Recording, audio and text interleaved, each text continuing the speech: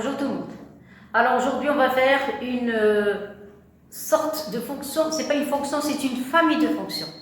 Qu'est-ce que ça veut dire famille de fonctions? Regardez, vous avez f indice n.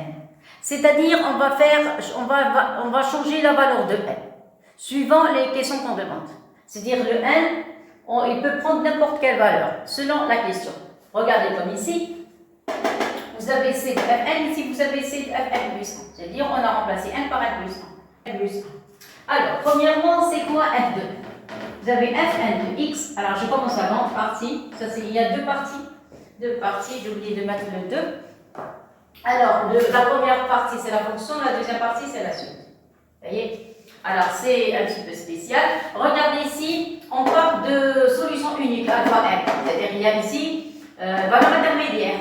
Et un, c'est une suite qui est formée par les valeurs intermédiaires. C'est-à-dire, cette fonction, chaque fn a une valeur intermédiaire. Donc, c'est quoi un? C'est une suite constituée par les valeurs intermédiaires. D'habitude, on trouve toujours une seule ou deux, mais maintenant, une suite de valeurs intermédiaires. Alors, on commence. Vous avez fn de x est égal à quoi? Est égal à 1. Est égal à 1 moins x moins xn. Alors, vous avez déjà le domaine c'est R, mais eux, ils veulent travailler sur R+. Donc, si vous prenez I est égal à R+, ils ont pris la restriction par rapport à R+. Ils demandent d'étudier la position. Donc, premièrement, il faut déterminer F. Alors, première question. Alors, ça, c'est première question. C'est quoi Fn plus 1 de x? Alors, j'arrête. Je vais changer de couleur. Regardez. Ici, c'est un polynôme. Vous avez 1 x et x puissance n. Alors, regardez. Cet indice est en relation avec la plus grande puissance. Et voilà. Ça fait clair. Alors, je continue. Vous avez fn de x. Alors, on a remplacé le n par n plus 1. Qu'est-ce qu'on obtient? On obtient 1 moins x puissance combien? n plus 1. Il va y avoir ici n plus 1. Ça y est. Alors, quand on demande la position entre deux courbes, il faut fixer la différence. Alors, donc on va calculer fn plus 1 moins fn. Alors, de x moins fn de x. Qu'est-ce qu'on obtient? Donc, ça fait 1 moins x puissance n plus 1. Voilà, moins f de n. Alors, 1 moins x moins x puissance n. Ça y est. Alors, vous remarquez que 1 et moins x vont disparaître. Qu'est-ce qui va rester? Moins avec moins, ça devient plus. Donc, on va avoir x puissance n. Ici, vous allez avoir x puissance n plus 1. Vous n'avez qu'à factoriser par x puissance n. On travaille sur f+, donc c'est positif. Alors, voilà, il va rester 1 moins x. 1 moins x. Voilà. Ça y est, voilà ce qui va rester. Alors, pour 1 moins x, on a 1 moins x va s'annuler. En quoi? En 1. Donc, on va, alors, le signe de fn plus 1 de x moins fn de x dépend de quoi? Alors, dépend de 1 moins x. Ça y est? Alors, qu'est-ce que ça veut dire? On va adresser un tableau signe de 1 moins x. Alors, 1 moins x, vous avez de moins l'infini normalement. C'est une fonction polynôme, elle est définie sur R. Alors, ça s'annule en 1. Ici, vous avez le signe positif, le signe contraire de 1. Ici, vous avez le signe négatif. Ça y est? Maintenant, on dresse on va tracer maintenant le tableau de la fonction f. C'est-à-dire fn plus 1 moins fn. Ça y est? Alors, qu'est-ce qu'on va voir? C'est la même chose. Seulement, ici, on va se restreindre de 0 vers plus l'infini. Ça y est? Donc, si vous tracez voilà le tableau. Ici, vous allez écrire fn plus 1 de x moins fn de x. Ça y est, on n'a pas moins l'infini parce que nous, on ne travaille qu'à partir de 0. Donc 0, cette partie à rejeter. Ça y est, donc les deux courbes vont se rencontrer en 1 au point d'abscisse. Au point d'abscisse 1, ici vous allez avoir positif, ici vous allez avoir négatif. Ça y est, et j'ai barré cette partie parce qu'on ne travaille que sur 0 plus infini. Ça va? Alors, conclusion. Vous avez quel que soit x appartenant à l'intervalle de 0 jusqu'à 1. Alors, ils ont demandé quoi? La position. Alors, si vous prenez par exemple l'intervalle fermé, qu'est-ce que vous allez avoir? Vous allez avoir fn plus 1 moins fn est supérieur ou égal à 0. Ceci implique que, je vais continuer ici, il vaut mieux écrire là-bas pour avoir toute une phrase complète. Alors, vous avez quel que soit x appartenant à 0. Qu'est-ce qu'on a? Le signe est positif. Donc vous allez avoir fn plus 1 de x moins fn de x est supérieur ou égal à 0. Vous êtes d'accord? Qu'est-ce que ça veut dire? Ça veut dire quel que soit x appartenant à 0, 1, vous allez avoir fn plus 1 de x est supérieur ou égal à fn de x. Ça va? Et par conséquent, quel que soit x appartenant à 0, 1, vous allez avoir c de fn plus 1. Cette fonction est plus grande que celle-ci, ça va être au-dessus de c de fn. C'est pas la mesure. Je répète sur l'intervalle, quel que soit x appartenant à l'intervalle 0. Ça va? Ça, c'est le premier cas. Maintenant, le deuxième cas. Quel que soit x appartenant à quel intervalle? De 1 moins l'infini, a plus l'infini. Alors, de 1 à plus l'infini, qu'est-ce que vous avez? Vous avez fn plus 1 de x moins fn de x. Regardez le tableau. Vous avez un signe négatif, donc c'est inférieur ou égal à 0. Qu'est-ce que ça veut dire? C'est-à-dire, quel que soit x, vous allez avoir fn plus 1 de x est inférieur ou égal à fn de x. Et par conséquent, quel que soit x appartenant à l'intervalle de 1 jusqu'à plus l'infini, vous allez avoir c de fn, voilà, et au-dessus de c de fn plus 1. Et clair et net, donc voilà la réponse. Il faut encadrer l'intervalle parce qu'on travaille sur des intervalles ici. Et voilà la réponse, la première réponse. C'est-à-dire la réponse de la première question. Alors maintenant, on a terminé avec la première question. Maintenant, on va prouver l'existence, petit b, l'existence des valeurs intermédiaires. Alors, vous avez, alors c'est la question A. Celle-ci, c'est le, attendez, ça la question 1A. Maintenant, c'est la question B. Alors, pour la question B, qu'est-ce que vous avez? Alors, on a fn de x est égal à quoi? Fn de x est égal à 1 moins x puissance. Et f'n de x est égal, c'est 0, vous allez avoir moins 1, dérivé de x. Et ici, vous allez avoir moins nx puissance. N, c'est négatif. Voilà, c'est pas là que je me suis cassé la tête. Donc, ceci implique. Et en plus, fn est une fonction polynôme. Vous êtes d'accord? Alors, première étoile, f est une fonction polynôme. Alors, fn, fonction polynôme continue. Continue sur R+. On travaille que sur R+. Ça y est? Ça y est, vous avez une dérivée négative, donc vous avez fn est une fonction continue. Strictement. Alors, strictement décroissante.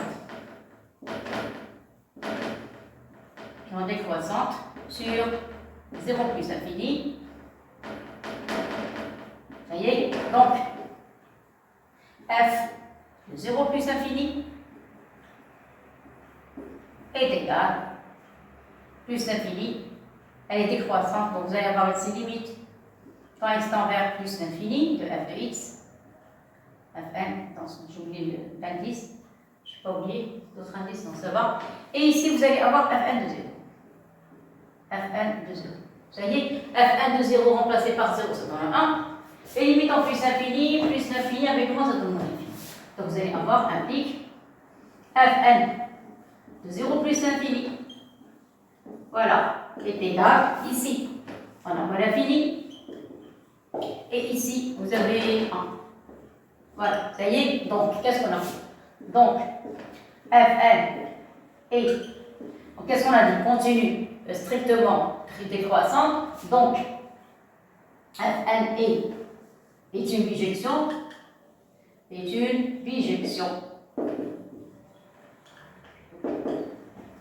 De 0 plus infini vers moins l'infini 1. Vous avez quel que soit y appartenant à j qui est moins l'infini 1, il existe un unique x appartenant à 0 plus l'infini tel que vous allez avoir fn de x est égal à i. Or, dans cet intervalle, il y a le 0, parce que ça passe de moins l'infini à 1. Or, 0 appartient à l'intervalle moins l'infini à 1. Ceci implique qu'il existe un unique alpha n.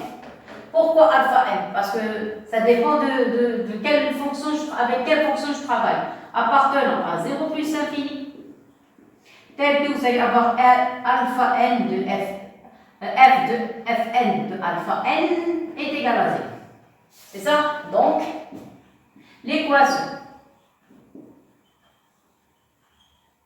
fn de x est égal à 0 admet une solution unique alpha n telle que fn de alpha n est égal à 0. Ça y est, avec, qu'est-ce qu'on a dit? Alpha n appartenant à l'intervalle 0 plus infini. Et voilà. Ça va? Donc on a terminé, voilà, c'est tout. Avec une solution unique. Donc on a terminé avec la fonction. Maintenant on va passer à la suite. Ça y est? Alors regardez, maintenant je vais passer tout le tableau et je vais passer à la suite. Alors maintenant, concernant la suite, qu'est-ce qu'on a? Alors vous avez une suite définie par, alors je vais tout effacer. Vous voyez? Donc chaque Fn a une valeur intermédiaire. C'est-à-dire F1 a une valeur intermédiaire alpha 1, F2, alpha 2, jusqu'à alpha 1. Voilà, maintenant on va passer à la suite. Alors pour la suite, qu'est-ce qu'on a? Pour la suite, on a, alors c'est la deuxième partie, voilà, partie 2. Nous avons considéré une suite UN. Alors vous avez une suite UN définie par UN est égal à alpha n, tel que n appartenant à n est bon. C'est-à-dire n n'a pas le droit de prendre la valeur 0. Ça y est, alors qu'est-ce qu'on va faire? On demande de montrer que n comprend 0 et 1. Alors première question. Alors UN. Vous savez, voilà. Première question, UN est compris entre 0 et 1. Ça va? C'est-à-dire qu'est-ce qu'on va montrer? On va montrer que alpha n appartient à l'intervalle 0, 1. C'est-à-dire, il suffit de montrer ceci, c'est quel que soit n appartenant à n est bon. Alors, il suffit de montrer que alpha n est compris entre 0 et 1, quel que soit n appartenant à n est bon. Là, alors on commence. Qu'est-ce qu'on sait sur la fonction f? N. C'est une fonction qui est continue strictement décroissante sur 0 plus l'infini. Donc elle est continue strictement décroissante sur l'intervalle 0, 1. Alors, on sait que Fn est continue strictement décroissante sur 0 plus l'infini. Donc, Fn est continue strictement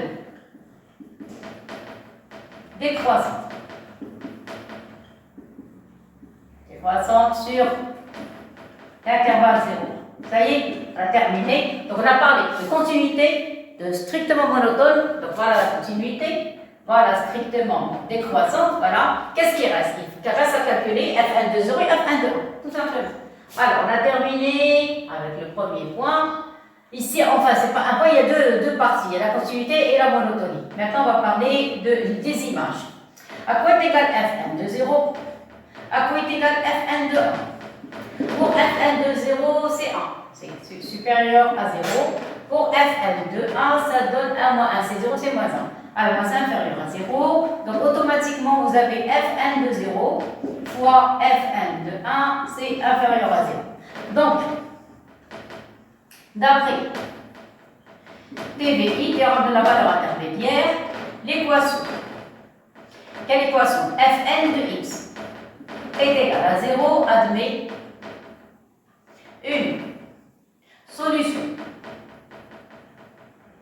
unique. Voilà, unique. Alpha n appartenant à l'intervalle 0, 1, tel que toujours Fn de alpha n est égal à 0. Clair?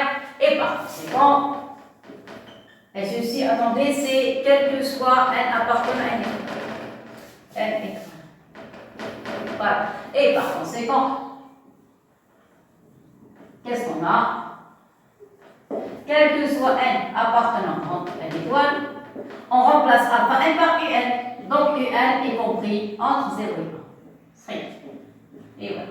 Ça y est. Alors, pour la première fois où on tombe, quand on veut montrer qu'une suite est majorée et minorée, on utilise le théorème de la valeur intermédiaire. D'habitude, on utilise la monotonie on applique la récurrence, premièrement la récurrence, et on utilise la monotonie de la fonction. Mais ici, on est passé par la valeur intermédiaire.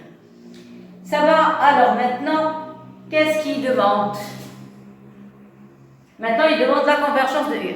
On va passer à la convergence, mais s'il vous plaît, une petite remarque très importante. Là, petite remarque. Il y a des élèves qui vont se poser la question. Pourquoi c'est exactement alpha 1 qui est solution de l'équation et pas une autre valeur? Admettons. Remarque, si j'écris Fn de 0, c'est une remarque très importante. Voilà, Fn de 0, on l'a trouvé est égal à 1. Et Fn de 1, on l'a trouvé est égal à moins 1. Ça supérieur à 0, c'est inférieur à 0. Et on avait écrit que Fn de 0 fois Fn de 1 était inférieur à 0. Vous voyez? Alors, on applique le théorème, qu'est-ce qu'on va dire? Donc, d'après théorème de la valeur intermédiaire, l'équation, quelle équation? Fn de x égale 0. On peut écrire normalement, on doit écrire normalement Fn de x égale 0, admet une solution unique, AN, pas alpha n, AN, appartenant à l'intervalle 0, 1, tel que Fn de AN est égal à 0. Normalement, on ne doit pas écrire directement c'est alpha n. Mais voyez ici, qu'est-ce que j'ai utilisé? Le fait que f est une bijection. Parce que puisqu'elle est continue strictement décroissante, chaque x a une seule image et chaque image a un seul antécédent. D'accord? Alors, admis solution unique à n tel que appartenant 0, 1 tel que fn de a n est égal à 0. C'est d'accord? Très bien. Or, fn est une bijection. Vous êtes d'accord? Si elle est bijective, donc elle est injective. Donc, Fn est une injection, ou bien application injective, et par conséquent,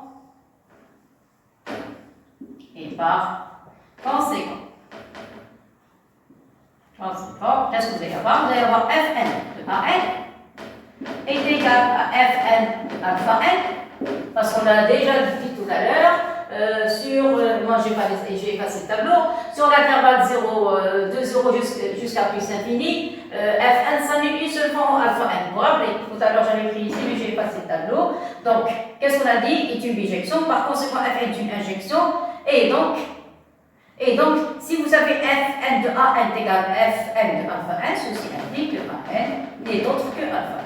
Donc, il y a une seule solution. Ça y est? Donc, ici, je suis passé du fait qu'elle est bijective. Donc, si elle est bijective, il y a une seule solution. Alpha n est confondu avec AN. Voilà, donc il y a une seule valeur. Bon, maintenant, on va passer à la monotonie de la suite UN. Ça y est, alors je passais ça pour montrer qu'elle est convergente. Non? La convergence. Alors, on va maintenant montrer que UN est une suite convergente. Alors, pour montrer qu'elle est convergente, qu'est-ce qu'on doit montrer? Qu'elle est croissante majorée ou bien décroissante minorée. Qu'est-ce qu'on a trouvé? On est dans l'embarras. Pourquoi? Parce que UN, elle est majorée minorée en même temps. Regarde, elle est minorée par 0 et elle est majorée par 1. Alors, si elle est croissante, on va dire qu'elle est majorée par 1. Si elle est décroissante, on va dire qu'elle est minorée par 0. Ça y est. Alors, qu'est-ce qu'on va montrer maintenant? On va montrer que UN est monotone. Croissante ou bien décroissante, aucune idée. Donc, on va voir est-ce qu'elle est croissante ou bien est-ce qu'elle est décroissante. Alors, on va commencer la convergence de UN. Alors, deuxième question. Convergence de n. Alors, convergence de n. Alors, convergente, qu'est-ce qu'on a dit? Croissante majorée ou bien décroissante minorée. On est d'accord? Bon, aucune idée.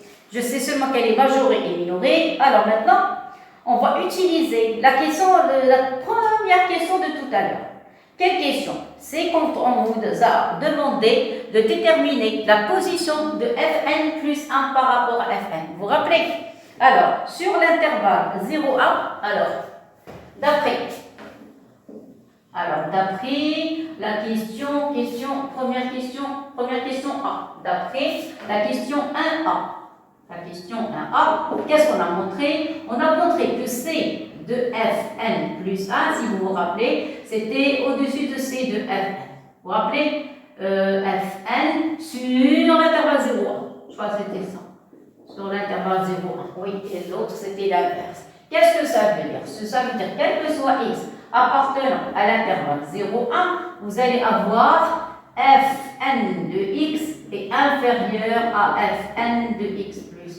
Non, inférieur à Fn plus 1 de x. Et voilà. Ça va? Ça, c'est un x et ça, c'est un n. Je répète, ça, c'est un n. Ça, c'est un x. Attention, il ne faut pas mettre... Voilà, il ne faut pas confondre les n avec les x. Ça y est, donc vous avez quel que soit x appartenant à 0,1, Fn de x est inférieur ou égal à f de n plus 1 de x. Alors, qu'est-ce qu'on va faire? On va remplacer le x par alpha n plus 1. Alors, pour x est égal à alpha n plus 1, parce que qu'est-ce qu'on veut montrer? On veut montrer que alpha n plus 1 est plus petit que alpha n, ou bien l'inverse, ou bien le contraire. Alpha n plus 1 est supérieur à alpha n. Pourquoi? Parce que les alphas sont les u.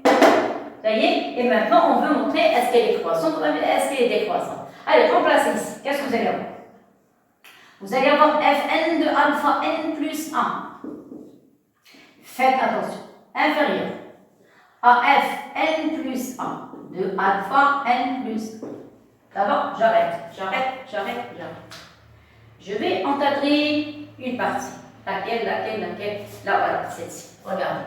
C'est la partie la plus importante de tout ce qu'on a fait. Regardez. Fn, l'indice n. Ça y est? Je vais l'écrire en rouge, tout simplement. Alors, attention, c'est la clé de ce qui reste. Qu'est-ce qu'on a écrit ici? F alpha est égal à 0. Alors, regardez. Ici, vous avez n. Ici, vous avez alpha n. Maintenant, si vous changez, regardez là-bas. Si vous changez ici par n plus 1, vous allez avoir ici alpha n plus 1 égale à 0. C'est-à-dire, chaque indice a une valeur intermédiaire. C'est-à-dire, si vous écrivez f1 de alpha 1 est égal à 0, f2 de alpha 2 est égal à 0, fn de alpha n est égal à 0. Ça y est? Donc ici, qu'est-ce qu'on a fait? On a remplacé seulement le x, ce x. Voilà. Et pour x est égal à alpha n plus 1, tous les alphas sont composés en 0,1. On vient juste de montrer. Voilà, ici, vous avez vu. Alors, alpha n plus 1 appartient à l'intervalle 0,1. Même intervalle ouvert. Vous êtes d'accord? Donc, intervalle ouvert. Donc, on peut lui appliquer cette relation. Donc, je remplace le x par, doucement s'il vous plaît, pour ne pas se tromper. Alors, n plus 1. Alors, ici, la même chose. Alpha n plus 1. Qu'est-ce que vous remarquez ici? Vous avez le même indice. Regardez, la même chose. Vous avez la même chose. Et tout à l'heure, on a dit, si vous avez le même indice, c'est nul. Voilà, ceci implique que, maintenant, ça y est, on a les alpha n plus 1 par 5, 0, 1. Donc, vous allez avoir Fn. Faites très attention. Alpha n plus 1. Inférieur ou égal. Ici, vous allez avoir un 0. Vous êtes d'accord? Regardez, on a dit, l'indice que vous avez ici, si vous avez la même chose, c'est nul. Jusqu'ici, ça va. Or, le 0, je peux le remplacer. Alors, là où il y a l'astuce, alpha n plus 1, je peux le remplacer par Fn de alpha n. J'ai le droit. Parce que 0 est égal à Fn plus 1 alpha n plus 1, Fn alpha n, Fn moins 1 alpha n moins 1, ce que je veux. L'essentiel, il faut avoir le même indice. Donc j'enlève ça. Si vous avez 1 plus 1. Et le 0, voilà, je peux le remplacer par Fn. Voilà. Clair? Or, comment est Fn? Or, Fn, comment elle est? Elle est décroissante. Elle est décroissante. Quelque part, oui, tout à l'heure, on avait dressé le tableau, j'ai effacé. Oui, on avait trouvé Fn était décroissante. Voilà, dérivé, on avait moins 1, moins 1. Voilà, décroissante. Or, Fn est décroissante. Si elle est décroissante, donc qu'est-ce qu'on va voir? On va avoir alpha n, on va changer de place. Inférieur ou égal à alpha n plus 1. Et ceci, c'est quel que soit n appartenant à l'étoile. Et voilà, qu'est-ce qu'on a montré? Que la suite Fn est croissante. Parce que alpha n est plus petit que alpha n plus 1. Donc alpha n est une suite croissante.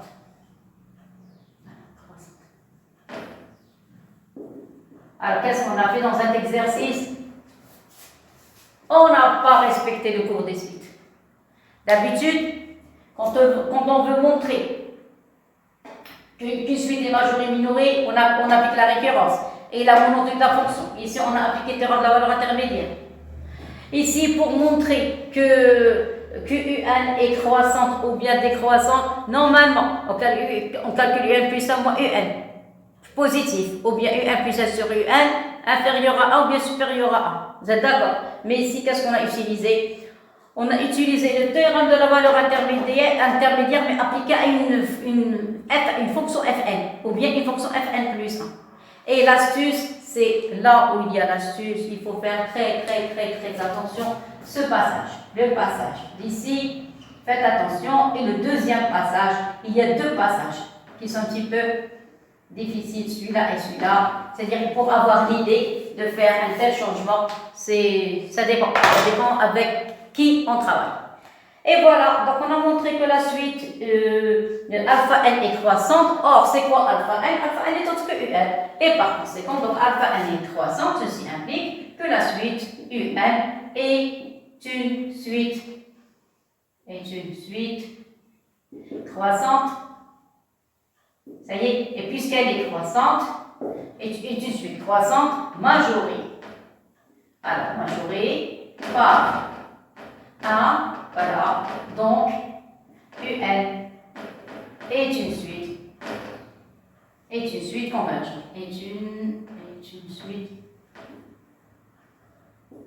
convergente. Et voilà la réponse. Maintenant, il reste la question sur la limite de la suite. Vous avez vu? C'est un exercice un petit peu bizarre. Il faut faire très attention parce que le jour du devoir, tout ce que vous avez vu dans le cours, des suites, des théorèmes de la valeur intermédiaire, ici on a fait un petit changement et voilà, c'est très intéressant. Et maintenant, il ne nous reste que la dernière question. Alors, je vous laisse regarder, après je vais passer le temps. Maintenant, il nous reste la dernière question concernant les limites. Vous remarquez, je n'ai pas effacé la dernière partie parce que j'en ai besoin. Alors, maintenant, qu'est-ce qu'on a? Soit, on a répondu à celle-ci, maintenant troisième, soit elle a la limite de UN. Montrer que elle comprend entre 0 à 1. Ça y est, alors qu'est-ce qu'on a? Qu'est-ce qu'on sait? Alors, qu'est-ce qu'on sait? Alors, c'est la question P. Alors, on sait que vous avez UN est compris entre 0 et 1. Vous êtes d'accord? Donc, ceci implique que 0 inférieur ou égal à limite, quand 1 tend plus l'infini de UN, inférieur ou égal à 1. Parce que les limites n'ont aucune influence sur les constantes. Ça y est, on remplace. C'est quoi la limite du 1? On va appeler L, inférieur ou égal à 0, supérieur ou égal à 0, et inférieur ou égal à 1. Ça va, il y a une chose ici, montrer que L. Voilà, entre 0 et 1, attendez l'énoncé. Oui, s'il vous plaît, ici, s'il vous plaît, c'est ou égal.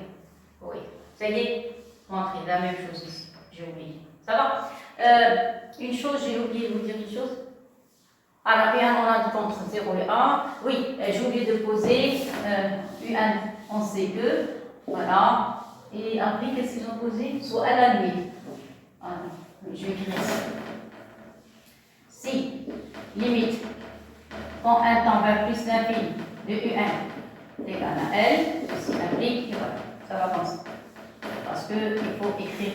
Ça y est, maintenant, très bien. Alors maintenant, montrer que L est composé sur 1, on l'a trouvé. Maintenant, il reste à montrer que limite en plus infini de Fn de n égale à 1 moins L et la limite de Fn de x. Attention à la notation. Ça y est, si vous pouvez rectifier ici, ici, ici. Parce qu'au passage aux limites, on n'a plus strict. On a inférieur ou bien supérieur ou égal. Ça y est, alors maintenant on va passer à la deuxième partie. Ça c'est le premier point. Le deuxième point. Vous avez L qui est compris entre 0 et 1. Vous êtes d'accord? Ceci implique que limite en 1 temps va plus infini de L puissance n est égal à 0. C'est le cours. Et suite. Très bien. Troisième point. Troisième point, vous avez Fn. Vous avez Fn de L. À quoi est égal Fn de L? Fn de L est égal à 1 moins L moins L puissance n. Regardez, Fn de L. Fn de L est égal à 1 moins L moins n. Ça y est, je passe aux limites. Donc vous avez limite. Quand 1 tend vers plus l'infini, parce qu'on va utiliser cette relation, de Fn de L est égal à quoi? Ici, il va rester le 1, il va rester le moins L, et moins L puissance n, on a trouvé c'est 0, donc voilà ce qui va rester. Donc, qu'est-ce qu'on a? Moins 0, donc il est égal à 1 moins n. Voilà, clair? Il reste un autre point. Alors, qu'est-ce qu'on a montré? Voilà, donc on a montré Fn de L égale à 1 moins n, voilà, c'est la dernière ligne, celle-ci, voilà, ça y est. Voilà, quoi d'autre? Donc, il faut respecter l'ordre.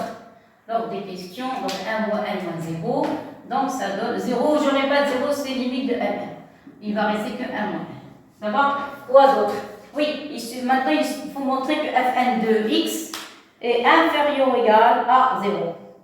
Alors, pour montrer cette dernière, on va calculer limite en plus infini. Alors, limite, alors on a limite. S'il vous plaît, veulent Fn de x. Alors, Fn de x, mais attendez, donc ici Fn de x. Ça va? Alors, je vais considérer la fonction Fn et je vais lui appliquer alpha n plus 1. Alors, qu'est-ce qu'on sait? On sait que, d'après la question de tout à l'heure, celle-ci, on sait que, vous avez alpha n plus 1 appartient à l'intervalle 0, 1.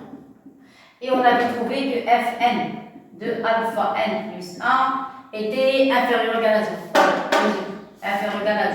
Ça va? Alors on remplace. Ceci implique que Fn de alpha n plus 1, ça y est, qu'est-ce que ça donne?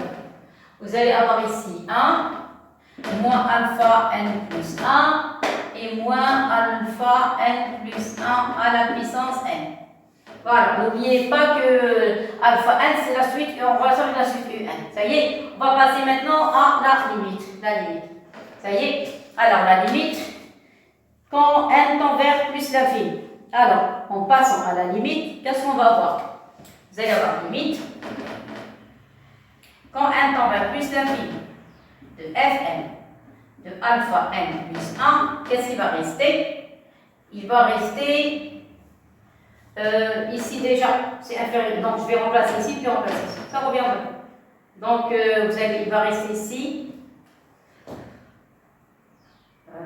Il manque une ligne, donc je vais écrire ici, et après je vais passer à la limite. Ça y est, donc qu'est-ce qu'on a dit? On sait que alpha n plus 1 passe à 0, 1, donc Fn c'est plus petit que 0. Vous êtes d'accord? Ceci implique.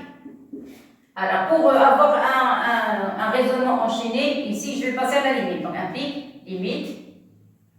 Quand n tend vers plus l'infini, de Fn de alpha n plus 1 est inférieur ou égal à 0. Ça y est, c'est trop serré, donc je vais effacer les deux dernières lignes. Trop serré. Alors j'efface.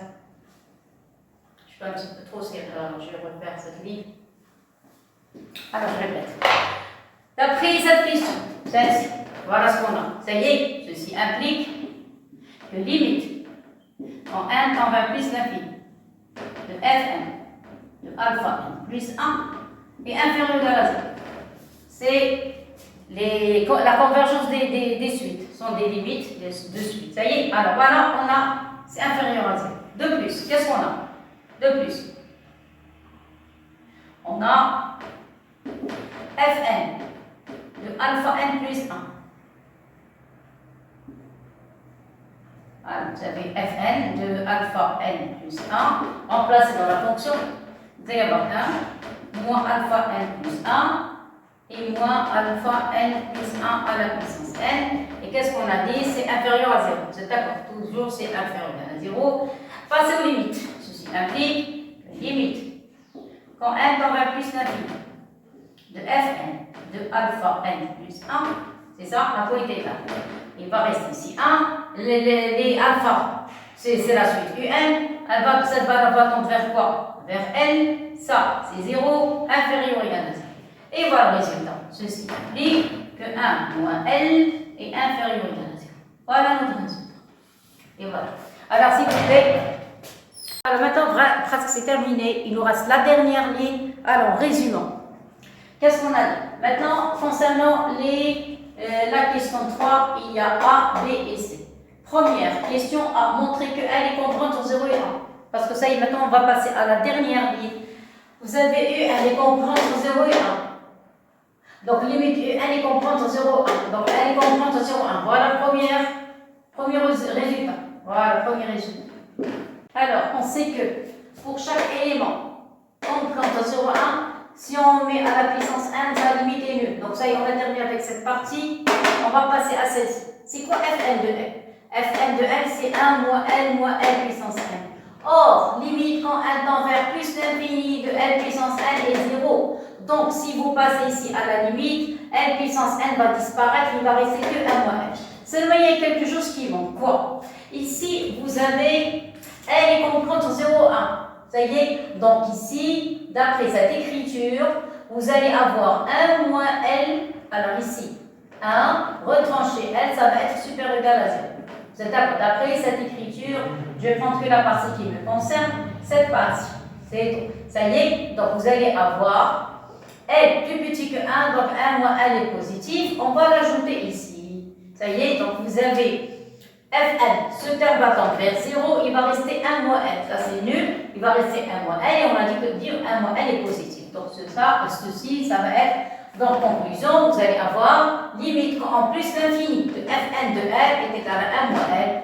1 moins L est positif, donc 1 moins L, ça va être supérieur à 0. Ça y est, voilà, deuxième encadrement. On va passer au troisième encadrement. Parce que maintenant on résume, ça y est, c'est la fin de la question 3. Troisième condition, donc ici c'était la première. Ça c'était question B. Voilà, ça y est. Alors la question C commence. Montrer B. Alors montrer que L compte 0, 1. Voilà ce qu'on a montré. Oui. Et toujours on est dans la question B. Toujours dans la question B. Alors la question B, vous avez premier point, deuxième point, troisième point. Voilà, on a montré que 1 moins L est positif. Le quatrième point, tout ça dans la question B, s'il vous plaît, toujours dans un travail dans la question B. Ça y est, question B toujours. Vous avez les alpha n plus 1, ou bien les alpha n d'une manière globale à partir de l'intervalle 0. Parce que c'est la suite U1, comprendre 0, 1. Donc tous les termes de la suite sont comprendre 0, 1.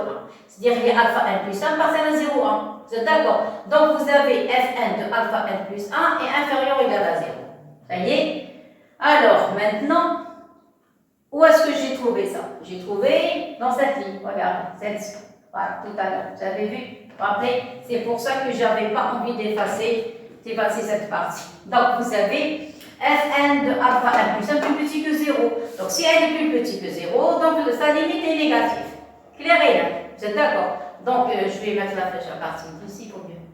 Voilà. Essayez. Regardez la flèche. Là, voilà. Donc ça c'est bon, vous êtes d'accord? Donc vous avez Fn alpha n plus 1 inférieur ou égal à 0, voilà, ça y est. Maintenant on va passer à la limite. Donc puisque cette partie est plus petite que 0, donc sa limite est aussi négative. Ça y est, voilà. Alors maintenant, de plus, j'ai remplacé maintenant, c'est quoi Fn de alpha n plus 1? C'est 1, voilà. 1 moins alpha n plus 1 moins alpha n plus 1 la puissance n. Or, quand n tend vers plus l'infini, n plus 1, j'ai remplacé dans la fonction n, moins alpha n plus 1 la puissance n. Ça va? Or, ce terme tend vers 0. Ça y est, pourquoi? Parce que tous les alpha n tendent vers L. Alors, si vous voulez les explications, alors vous avez limite quand n tend vers plus l'infini de alpha n est égal à la limite quand n tend vers plus l'infini de alpha n plus 1 est égal à n. C'est ça, alpha n correspond à un et alpha n plus 1 correspond à un plus 1. Donc toutes les limites, quand on va plus l'infini de un, c'est la même que si vous calculez limite quand n tend vers plus l'infini de 1 plus 1 est égal à 1. C'est la même chose. Voyez? Donc si vous écrivez limite alpha n ou bien limite alpha n plus 1, c'est la même limite. Donc ce terme il va tendre vers 0. Voilà, parce que c'est contre 0 et 1. À la puissance n, c'est nul. Qu'est-ce qui va rester? Il va rester 1 moins n. Or, limite de alpha n, de fn alpha n plus 1 inférieur à 0. Voilà. Or, donc vous allez avoir 1 moins n est négatif. Ça y est. Donc qu'est-ce qu'on a trouvé? Voilà. Négatif. Donc, pour remplacer 1 moins n, voilà le troisième résultat. Ça y est. Conclusion. Maintenant, on va passer à la question C, voilà, donc je peux effacer, c'est la fin, il ne reste que deux petites lignes, de rien du tout, donc je peux enlever maintenant la flèche, ça y est, c'est fini. Tout ça, on a terminé, il reste une seule ligne. Alors, qu'est-ce qu'on a trouvé? On a trouvé la relation 1 et la relation 2. Ça y est, la relation 1, on a montré que 1 moins n est supérieur à 0. La relation 2, on a trouvé 1 moins n est inférieur ou égal à 0, ceci implique quoi? Que 1 moins n est égal à 0. Un nombre qui est à la fois supérieur à 0 et inférieur à 0 est nul. Et par conséquent, vous allez avoir L est égal à 1. Ceci implique que limite, quand 1 tend vers plus infini, de la suite U1 est égal à 1. Et voilà, on a terminé l'exercice. Ça va? Voilà, merci beaucoup et à la prochaine. Allez, à la prochaine.